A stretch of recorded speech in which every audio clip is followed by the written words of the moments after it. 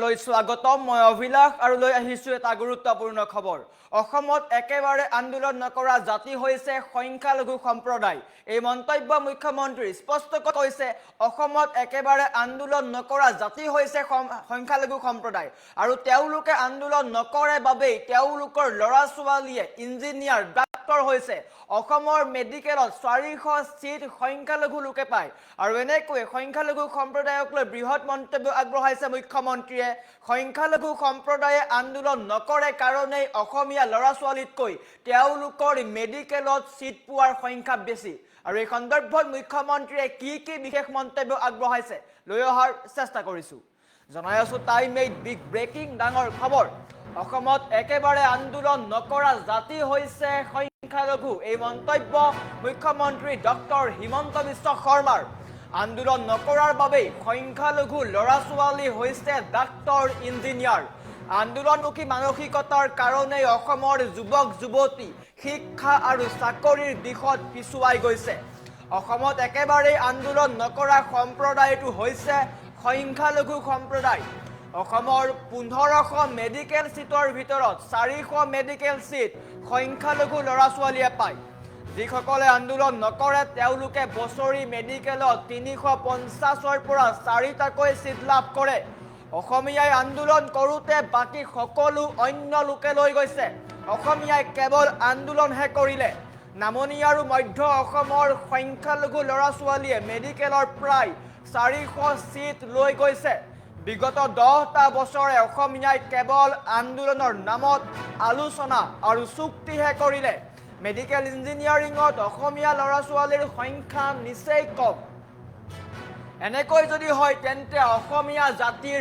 বৰপিৰা অন্য জাতিয়ে লৈ যাব এই মন্তব্য মুখ্যমন্ত্ৰী ডক্টৰ হিমন্ত বিশ্ব শৰ্মাৰ অসমৰ আন্দোলন সংস্কৃতিক লৈ মুখ্যমন্ত্ৰীয়ে ডাঙৰ মন্তব্য কৰিছে অসমত একেবাৰে আন্দোলন নকৰা জাতি হৈছে সংখ্যালঘু জাতি তেওঁলোকে অসমত এটাও আন্দোলন নকৰিলে অসমীয়াই 10টা বছৰে আন্দোলন কৰিলে মুছলমানসকলে প্ৰতিবাদ নকৰে অসমীয়াই কেৱল প্ৰতিবাদৰ নামতে আলোচনা আৰু চুক্তিহে কৰিলে আৰু তাৰ কাৰণে অসমীয়া যুৱক যুৱতী বৰ্তমান সময়ত পিছুৱাই গৈছে বুলি উল্লেখ কৰিছে অসমৰ যুৱক যুৱতীয়ে মেডিকেলত সিট কমকৈ পায় অসমৰ পৰা বহু লোক বা অসমীয়া লৰা ছোৱালীয়ে মেডিকেলত আসন লাভ নকৰে সংখ্যালঘু লোকৰ কাৰণে আজমলৰ সুপাৰ হিপ্তিকে ধৰি USTM এইসমূহ তেওঁলোকে খুলিছে কিন্তু অসমীয়াই কেৱল আন্দোলন কৰিলে অসমীয়াই কেৱল আলোচনা কৰিলে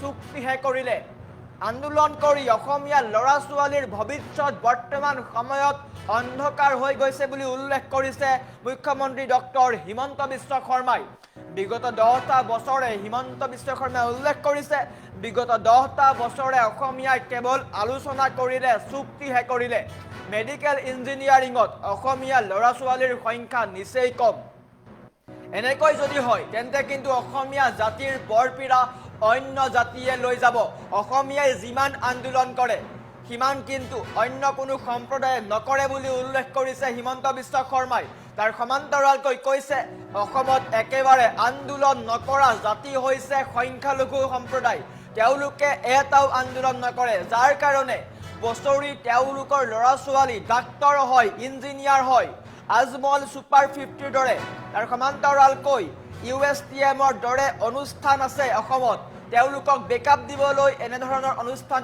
আছে কিন্তু অসমত আন্দোলনহে কৰা হয় অসমীয়াই কেৱল আন্দোলন কৰে অসমীয়াই আন্দোলনৰ পিছত চুক্তি কৰে সেইসমূহ কৰিয়েই অসমীয়া লৰা ছোৱালীৰ ভৱিষ্যত বৰ্তমান সময়ত অন্ধকাৰ হৈছে সংখ্যালঘু সম্প্ৰদায়ৰ বিপৰীতে অসমীয়া লৰা ছোৱালীয়ে কিন্তু মেডিকেলত সিট কমকৈ পায় অসমীয়া লৰা ছোৱালীৰ শিক্ষাগত অৰ্হতা কম বুলি উল্লেখ কৰিছে হিমন্ত বিশ্ব শৰ্মাই আৰু নামনি আৰু মধ্য অসমৰ সংখ্যালঘু লৰা ছোৱালীয়ে মেডিকেলৰ প্ৰায় 400 সিট লৈ গৈছে বিগত 10টা বছৰে আমি কেৱল আলোচনা কৰিলো চুক্তি কৰিলো আৰু তাৰ পিছত কি হল অসমীয়া লৰা ছোৱালীৰ ভৱিষ্যত অন্ধকাৰ হল বুলি উল্লেখ কৰিছে হিমন্ত বিশ্ব শৰ্মাই সংখ্যালঘু লোকে আন্দোলন নকৰে যাৰ কাৰণে তেওঁলোকৰ ল'ৰা ছোৱালীয়ে ডাক্তৰ হৈছে, ইঞ্জিনিয়াৰ হৈছে, মেডিকেলত তেওঁলোকে চিট পায়। অসমৰ 1500 মেডিকেল চিটৰ ভিতৰত প্ৰায় 400 মেডিকেল চিট সংখ্যালঘু সম্প্ৰদায়ৰ ল'ৰা ছোৱালীয়ে পায়। আৰু ইয়াৰ ফলত অসমতে অসমীয়াৰ অস্তিত্ব নাইকিয়া হ'ব ধৰিছে। এনেকৈ যদি চলি থাকে তেন্তে আগন্তুক সময়ত কিন্তু অসমৰ জাতিৰ যি বৰপীৰা আছে সেই বৰপীৰাও অন্য জাতিয়ে লৈ যাব। অসমীয়া জাতিয়ে কেৱল আন্দোলনহে কৰিলে। বিগত 10টা বছৰে আন্দোলনৰ নামত অসমীয়াই কি পালে? কেৱল মাত্ৰ হিংসা পালে, কেৱল মাত্ৰ লুণ্ঠন পালে। কিন্তু অসমীয়া ল'ৰা ছোৱালীৰ ভৱিষ্যত পোহৰাই তুলিবলৈ হ'লে একত্ৰিত হ'ব লাগিব। সকলোৱে একেলগে কাম কৰিব লাগিব। সংখ্যালঘু ল'ৰা ছোৱালীক বেকআপ দিবলৈ আজমল আছে, USTMৰ দৰে প্ৰতিষ্ঠান আছে। কিন্তু অসমত অসমীয়া লোকৰ কাৰণে বা অসমীয়া ল'ৰা ছোৱালীৰ কাৰণে এনেকুৱা কোনো প্ৰতিষ্ঠান নাই, যাৰ কাৰণে অসমীয়া ল'ৰা ছোৱালীয়ে ডাক্তৰ হ'ব নোৱাৰে, ইঞ্জিনিয়াৰ হ'ব নোৱাৰে। আৰু বৰ্তমান সময়ত হিমন্ত বিশ্ব শৰ্মাই কৈছে যে এইসমূহ পুৰণি পৰম্পৰা আমি আঁতৰাব লাগিব। আন্দোলন সংস্কৃতি বৰ্তমান সময়ত নাইকিয়া কৰিব লাগিব। অসমীয়া জাতিৰ উন্নয়নৰ কাৰণে অসমীয়া ল'ৰা ছোৱালীৰ মেডিকেলেই হওক বা ইঞ্জিনিয়াৰিঙৰ ক্ষেত্ৰতেই হওক, সেই ক্ষেত্ৰত তেওঁলোকৰ সংখ্যা বৃদ্ধি পাব লাগিব। যদি এনেকুৱা নহয় তেন্তে কিন্তু আগন্তুক সময়ত অসমৰ বা অসমীয়া জাতিৰ বৰপীৰা অন্য সম্প্ৰদায়ৰ লোকে লৈ যাব। অসমত একেবাৰে আন্দোলন নকৰা জাতি হৈছে সংখ্যালঘু সম্প্ৰদায়। তেওঁলোকৰ দাবী নাই, তেওঁলোকে আন্দোলন নকৰে, তেওঁলোকে ৰাজপথলৈ নাহে। বিভিন্ন সময়ত তেওঁলোকক সংখ্যালঘু বুলি ইতিকিঙো কৰা হয়, কিন্তু তেওঁলোকৰে সংখ্যা অসমৰ মেডিকেলত বেছি বুলি উল্লেখ কৰিছে। সংখ্যালঘু সম্প্ৰদায়ৰ ল'ৰা ছোৱালীৰ কথা বা ল'ৰা ছোৱালীৰ সংখ্যা বেছি মেডিকেলত, কিন্তু অসমীয়া ল'ৰা ছোৱালীৰ সংখ্যা কম। অসমীয়াই কেৱল আন্দোলন কৰিলে, বিগত 10টা বছৰে আন্দোলন কৰিলে, আন্দোলনৰ নামত আলোচনা আৰু চুক্তিহে কৰিলে। এইসমূহ কথা কোনেও আলোচনা নকৰিলে বুলি উল্লেখ কৰিছে হিমন্ত বিশ্ব শৰ্মাই। আমাৰ ওচৰত মুখ্যমন্ত্ৰীৰ মন্তব্য আছে, আমি মন্তব্য দেখুওৱাৰ চেষ্টা কৰিম। আন্দোলনমুখী মানসিকতাৰ কাৰণে আজি আমি অসমৰ প্ৰজন্মসমূহে আমি জাতিবিলাকে লাহে লাহে লাহে লাহে আমি শিক্ষাৰ দিশখনত পিছুৱাই গৈছো, চাকৰিৰ দিশখনত পিছুৱাই গৈছো। আৰু যিসকলে একো আন্দোলন নকৰে তেওঁলোকে 350 মেডিকেল চিট প্ৰত্যেক বছৰে পায়। অসমত আটাইতকৈ কোনে আন্দোলন নকৰে? সংখ্যালঘুসকলে আন্দোলন নকৰে। আৰু আজি অসমৰ 1500 মেডিকেল চিটৰ 400 মেডিকেল চিট তেওঁলোকে পায়। কাৰণ আমাৰ আধা সময় আন্দোলনত যায়, আমাৰ আধা সময় আন আন কামত যায়। আমাক দেখি আমাৰ নতুন চামেও তাক কৰিব আৰম্ভ কৰে। সেইকাৰণে আমি সুপাৰ 50 দৰে সন্মিলনীৰ পৰা যি পইচা পাওঁ সেই পইচাৰে চুতীয়া ছাত্ৰ সন্থাই সুপাৰ 50 দৰে অনুষ্ঠান গঢ় দিয়ক, আমিও সহযোগিতা কৰিবলৈ নহয়। চুতীয়া জাতিয়ে প্ৰতিজ্ঞা কৰিছে যে প্ৰতি বছৰে 50 জন ডক্তৰ আমি নিৰ্মাণ কৰিম। এনে সংকল্পৰ বীজ আমি ৰোপণ কৰিব লাগিব। মই যোৱা 10টা বছৰৰ অভিজ্ঞতা কৈছো যে আমি আন্দোলন কৰোতে বাকী কামখিনি আমি নিৰ্দিষ্ট মানুহবিলাকে লাহে লাহে আমাৰ পৰা লৈ গৈ আছে। এইবাৰ যেতিয়া মেডিকেলৰ ৰিজাল্ট ওলাব, মই প্ৰতিটো জাতি জনগোষ্ঠীকে ৰিজাল্ট চিটখন দিম, যাতে আমি বুজি পাওঁ যে আমি ক'ত থিয় হৈ আছো। আৰু আপোনালোকে যদি চাই, মই এটাও মই ডাঙৰ কৰি কোৱা নাই, 350 পৰা 400 মেডিকেল চিট অকল আজিৰ দিনত নামনি অসম আৰু মধ্য অসমৰ সংখ্যালঘু সম্প্ৰদায়ৰ ল'ৰা ছোৱালীয়ে লৈ গৈ আছে। কাৰণ তেওঁলোকক বেকআপ দিবৰ কাৰণে আজমলৰ দৰে ডাঙৰ ডাঙৰ কোচিং চেণ্টাৰ খুলিছে। আজমল হওক, USDM হওক, প্ৰায় 10টা কোচিং ইনষ্টিটিউট তেওঁলোকৰ ল'ৰা ছোৱালীক বেকআপ দিবৰ কাৰণে নিৰ্মাণ হৈছে। আমাৰ ল'ৰা ছোৱালীক বেকআপ দিবৰ কাৰণে একো হোৱা নাই। আমি আলোচনা কৰি আছো, আমি চুক্তি কৰি আছো, আমি যোৱা 10 বছৰ এই কামবিলাক কৰি আছো। কিন্তু মেডিকেলত পঢ়া ল'ৰাৰ সংখ্যা বঢ়া নাই, ইঞ্জিনিয়াৰিঙত ল'ৰাৰ সংখ্যা বঢ়া নাই, ACSত ল'ৰাৰ সংখ্যা বঢ়া নাই। আৰু যেতিয়া একো নাবাঢ়ে তেতিয়া মুখ্যমন্ত্ৰীক আহি কম যে 2টা আমাক কোটা দি দিয়ক। মই ভাবো যে তেনেকে হলে আমি জাতিটোৰ বৰপীৰাখনো আমাৰ মাজৰ পৰা কোনোবাই লৈ যাব। সেইকাৰণে আজিৰ এই অনুষ্ঠানত মই আহ্বান জনাম, বাকী সকলো কৰি থাকক, কিন্তু লগত যে আমাৰ চোকা ল'ৰাখিনিক আইডেন্টিফাই কৰি প্ৰতি বছৰে এচিএছৰ 10 জন আমি প্ৰশাসনিক বিষয়া কৰিম, 50টা মেডিকেলৰ ল'ৰা ছোৱালীক আমি চিট দিবৰ কাৰণে প্ৰচেষ্টা কৰিম, 20টা ইঞ্জিনিয়াৰ কৰিম, 2 জন IITত যাব, 50 জন পলিটেকনিকত পঠাম। এইখিনি যদি আমি গোটেই কেইটা জাতীয় অনুষ্ঠানে লগ হৈ কৰিব পাৰো, আমাক কোনেও ৰখাব নোৱাৰে। আন্দোলনমুখী মানসিকতাৰ কাৰণে আজি আমি অসমৰ প্ৰজন্মসমূহে আমি জাতিবিলাকে লাহে লাহে লাহে লাহে আমি শিক্ষাৰ দিশখনত পিছুৱাই গৈছো, চাকৰিৰ দিশখনত পিছুৱাই গৈছো। আৰু যিসকলে একো আন্দোলন নকৰে তেওঁলোকে 350 মেডিকেল চিট প্ৰত্যেক বছৰে পায়। অসমত আটাইতকৈ কোনে আন্দোলন নকৰে? সংখ্যালঘুসকলে আন্দোলন নকৰে। আৰু আজি অসমৰ 1500 মেডিকেল চিটৰ 400 মেডিকেল চিট তেওঁলোকে পায়। কাৰণ আমাৰ আধা সময় আন্দোলনত যায়, আমাৰ আধা সময় আন আন কামত যায়, আমাক দেখি আমাৰ নতুন চামেও তাক কৰিব আৰম্ভ কৰে। সেইকাৰণে আমি সুপাৰ 50ৰ দৰে সন্মিলনীৰ পৰা যি পইচা পাওঁ সেই পইচাৰে চুতীয়া ছাত্ৰ সন্থাই সুপাৰ 50ৰ দৰে অনুষ্ঠান গঢ় দিয়ক, আমিও সহযোগিতা কৰিম বুলিয়ে নহয়। চুতীয়া জাতিয়ে প্ৰতিজ্ঞা কৰিছে যে প্ৰতি বছৰে 50 জন ডক্তৰ আমি নিৰ্মাণ কৰিম। এনে সংকল্পৰ বীজ আমি ৰোপণ কৰিব লাগিব।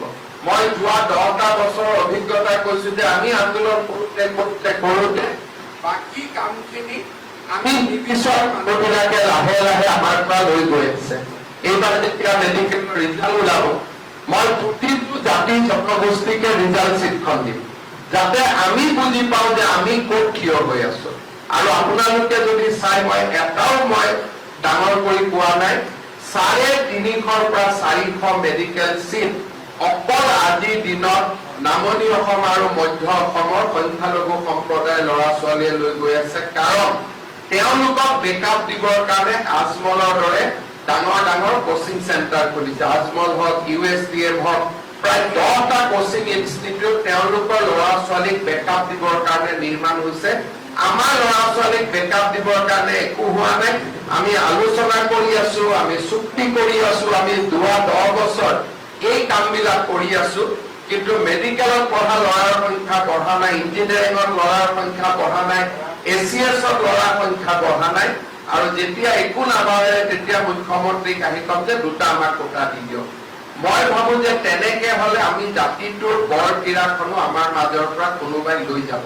সেইকাৰণে আজিৰ এই অনুষ্ঠানত মই আহ্বান জনাম, বাকী সকলো কৰি থাকক, কিন্তু লগত যে আমাৰ চোকা ল'ৰাখিনিক আইডেন্টিফাই কৰি প্ৰতি বছৰে ACSৰ 10 জন আমি প্ৰশাসনিক বিষয়া কৰিম, 50টা মেডিকেলৰ ল'ৰা ছোৱালীক আমি চিট দিবৰ কাৰণে প্ৰচেষ্টা কৰিম, 20টা ইঞ্জিনিয়াৰ কৰিম, 2 জন IITত যাব, 50 জন পলিটেকনিকত পঠাম।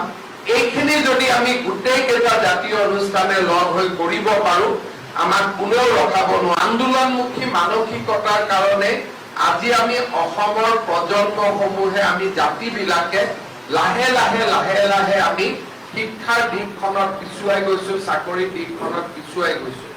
আৰু যিসকলে একো আন্দোলন নকৰে তেওঁলোকে 350 মেডিকেল চিট প্ৰত্যেক বছৰে পায়। অসমত আটাইতকৈ কোনে আন্দোলন নকৰে? সংখ্যালঘুসকলে আন্দোলন নকৰে। আৰু আজি অসমৰ 1500 মেডিকেল চিটৰ 400 মেডিকেল চিট তেওঁলোকে পায়। কাৰণ আমাৰ আধা সময় আন্দোলনত যায়, আমাৰ আধা সময় আন আন কামত যায়, আমাক দেখি আমাৰ নতুন চামেও তাক কৰিব আৰম্ভ কৰে।